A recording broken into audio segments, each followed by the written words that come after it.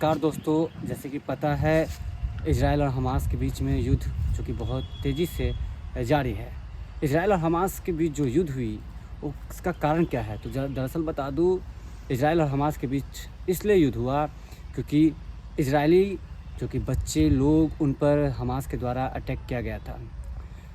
जो वहाँ की जो एक गठन थी, इस्लामिक स्टेट जिसे कहा जाता है, उसकी जो एक गठन थी उसके द्वारा बच्चों पर जो अत्याचार हुई, उसके बाद जो वहाँ के जो प्रधानमंत्री थे नेतन्याहू ने वो पहले ही सचेत कर दिया था कि अगर हम पहली दफ़ा आपसे खुश रहते हैं तो दूसरी दफ़ा हम आपको फिर से आपको वो मौका नहीं देंगे कि आप हमें फिर से उत्साह करें, उकसाएँ।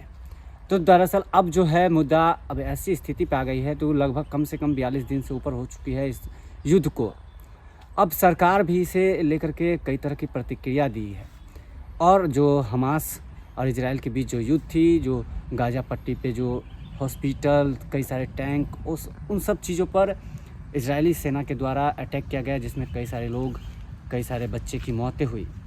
उसके बाद सरकार जो कि पूरे विश्व की जो सरकारें हैं उसने गठन किया और कहा कि अगर हम इस तरह की हिंसा को नहीं रोकते हैं, इस तरह के युद्ध को नहीं रोकते हैं, तो कहीं न कहीं ये शुभ चिंतक है किसी भी देश के लिए।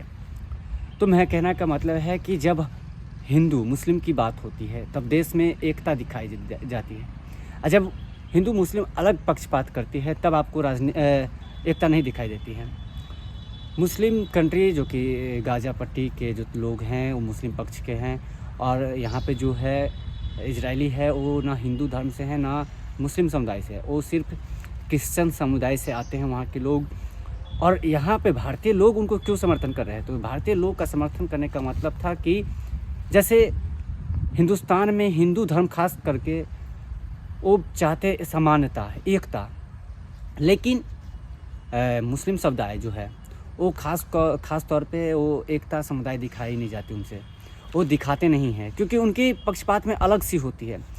अब जब भी हिंसा होती है तो देखते होंगे हिंदू मुस्लिम की जो एकता होती है वो अलग होती है। हाँ, ये है कि मुस्लिम एकता में बहुत आगे है। जब भी कोई हिंसा होती है तो मुस्लिम एकजुटता दिखाई जाती है, और हिंदू की तो धर्म और धर्म की अपेक्षा बटी हुई है। कोई हिंदू ब्राह्मण है, कोई सिख ब्राह्मण है, कोई क्या कहते हैं राजपूत है, कई सारे जो है वो यादव है, ग्वार है, कई तरह के जो लोग हैं, कई तरह के धर्म हैं। तो इन सब के बीच में जो बातें थी सरकार के उद्देश्य से कि और लोगों के उद्देश्य था कि बेहतर बने, ना कि बदतर।